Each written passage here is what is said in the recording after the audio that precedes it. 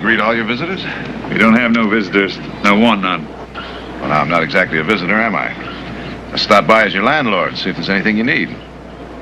How's that pump? It's all fixed. There's no need to look. How about the roof on the shed? Need any more shingles? Mr. Barkley, I paid you your money, and I don't need no help. Now, I appreciate your interest, but we like our privacy. Is that the way all Mormons feel?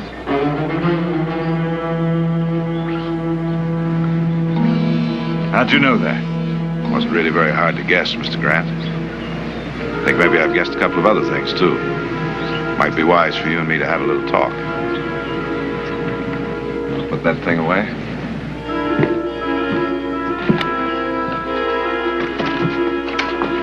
Come in. You're welcome, Mr. Barkley. Mrs. Grant. And this is your daughter? Emelina. Miss Emelina. I could quick make up some lemonade. This ain't no social call. You had something on your mind. As a matter of fact, I do. I think it'd be a good idea if we got to know a little bit more about each other. For instance? For instance, why you came here. Why not? It's good farming country, ain't it? There aren't any other Mormons here, Mr. Grant. You ain't interested in why I come here. You're only interested in how quick you can get us away. Well, I paid my money and I ain't leaving. Now, nobody said anything about leaving. Well, I'm saying it. I want you out of here. Leave us alone. I'm interested in why you left Utah to come here and hide out on this farm. Why you don't want any visitors, no contact from anybody. Now, there has to be a reason for that. What reason would I have to hide out? I think it's the same reason that most Mormons are hiding out now. Going out onto the desert, some to Canada, some to Mexico. And most, I'm afraid, to jail eventually. I don't know what you're driving at. I'm talking about the Mormons who refuse to obey the new law. Who refuse to give up their plural wives. Miss Emelina isn't your daughter. No, she's my sister. And I don't believe that either. She's your second wife, isn't that right? Can't prove that.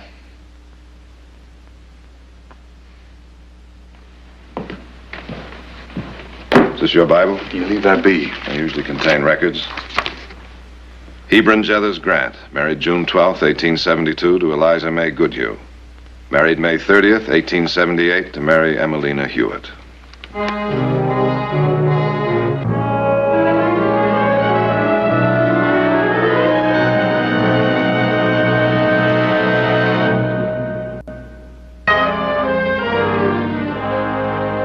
Why did you have to know? There's nothing to you. I'm afraid it is. If only as your landlord. People already know you're Mormons. Unfortunately, that could bring trouble enough. But when they find out about this... You don't want any trouble? No more than you. Well, you could just forget it. You could forget you ever I can't saw. do that, Mr. Grant. Now, the laws against bigamy in California are explicit. If I let you go on living here and breaking the law, I'll become an accessory to the crime. I'm simply trying to tell you that you can't live in this house under the circumstances. You can't run me out. I won't leave. I paid. I'll give you your money back. I don't care. I don't want it. I won't leave. There's no solution for you here. Can't you see that? You can go on breaking the law, but sooner or later it's going to catch up with you. If you don't do something about it, believe me, there are plenty of people who will. Now, what am I to do? I can't answer that. I can only tell you the consequences of doing nothing. It's your problem, your decision. You'll have to make it soon. I can't give you much more time. 4 times. 4 times I had to run. As a boy, my folks burned out in Missouri, and again in Illinois, my pa dead. I turned out of Zion itself by my own people. Sent to wander homeless in the wilderness, bereft of God. And then again in Arizona, and now here. You know what that's like? I can imagine. But you cannot live in California with 2 wives. Well, what am I supposed to do? Give up one of them? Now you tell me, Mr. Lawyer, which one? Now, which one of these faithful women am I supposed to give up and turn out penniless and helpless into the world? Did it ever occur to you and your lawmakers that I might love my wives, both of them equally, and they might love me? Ever occur to you that these women might be happy in this house? That these marriages are made in heaven and sanctified in the temple of the Lord? This is a house of love and peace and blessed harmony, a house of God. I'm tired, lawyer. I'm tired of being spat on, reviled, and called every obscene name because of what I believe, because of the way I worship my God. I'm tired of having my marriage defiled and my wife's name sullied and treated like the filth of the earth. I've had enough of it, and I won't take any more of it, and I won't run away from it. I believe what I've done is right. I'm good and righteous in the name of the Lord, and I will be judged by him and by no other. Not by you, not by anybody in this valley, not by anybody else. Get out, Mormon! We don't want you here! Get out of our valley! I'll kill him. They got no right to do that. Give me that rifle. Don't be a fool, man. Give it to me. You let me take care of this.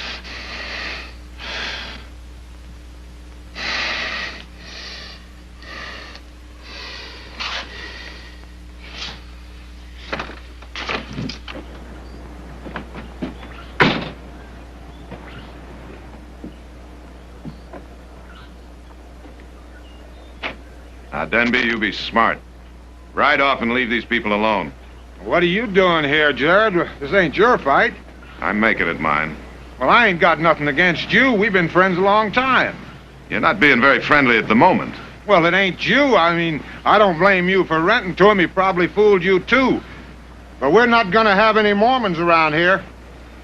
Who's we? All of us and a lot more, too.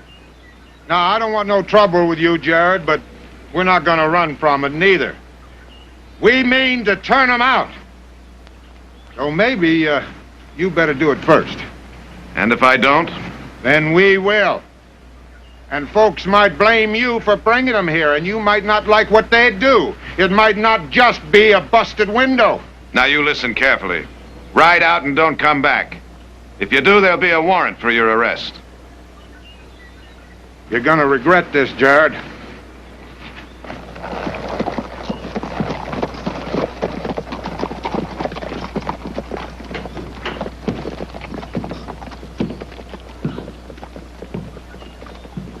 There's your answer, Mr. Grant. I mean to fight. You lose. Maybe not. You haven't got a leg to stand on, legally or otherwise. Now, what else can I do? You can go to Mexico. Nobody will bother you there. Run again? Well, then there's only one other answer, isn't there? No. Never. Mr. Barkley?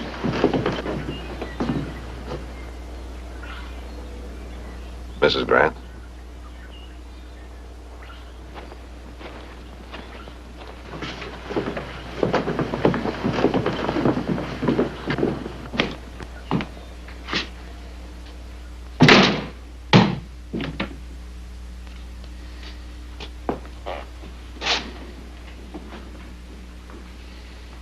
I'll tend the supper.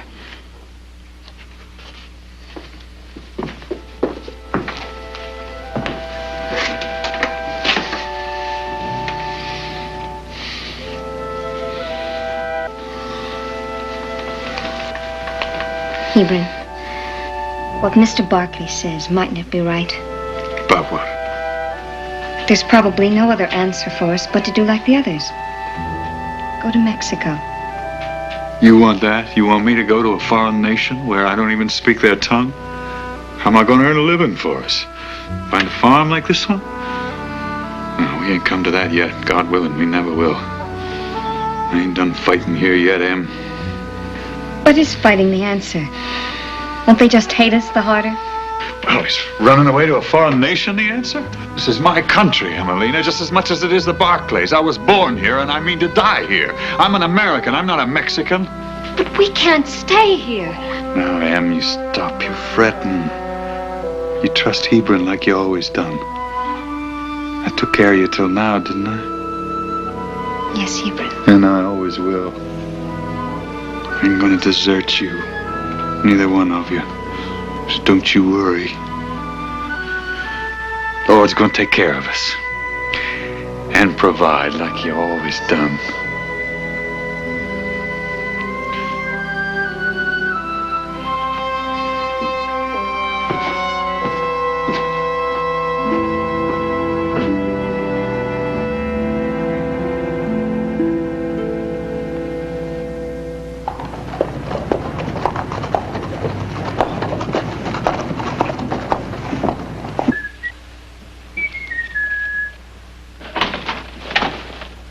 Well, I told you he'd make it, Heath. 5 minutes to 3, isn't it? Mm-hmm. Well, how was your little trip out to the Grants? What'd you find out? Found out your taste is improving, for one thing. Thank you very much. You're not running in luck, Nick. Huh? How's that? Lady's already married. Huh? The young one? Her name's Emelina, and she's Mrs. Grant. Oh, what about the other one? She's Mrs. Grant, too. Sign here, here, and here. Of course, Mormon. Well, that explains why I didn't want anyone around. Yep. So, what'd you say to him? Told him I'd give him a little time to decide what to do. Meanwhile, you keep all this to yourself. Isn't that what you call being an accomplice, Brother Jared? It is. So what am I supposed to do? Run down the middle of town, tell Denby, tell the sheriff, have him arrest him, throw him in jail? What good would that do those two women? Well, now, that is his problem, isn't it? I mean, a man isn't supposed to be married to two women at the same time. What if he loves them both equally, Nick? Well, I doubt that. Says he does. Well, he can just give up one of them. What if they both love him? Look, the man is old enough to be Emelina's father. Now, she'd be better off without him. Sounds like a little wishful thinking. I'll tell you what is wishful thinking. If this little problem goes any further, it's all gonna blow up in our face. Well, Nick, I told him I was going to give him a little time, and that's what I'm going to do.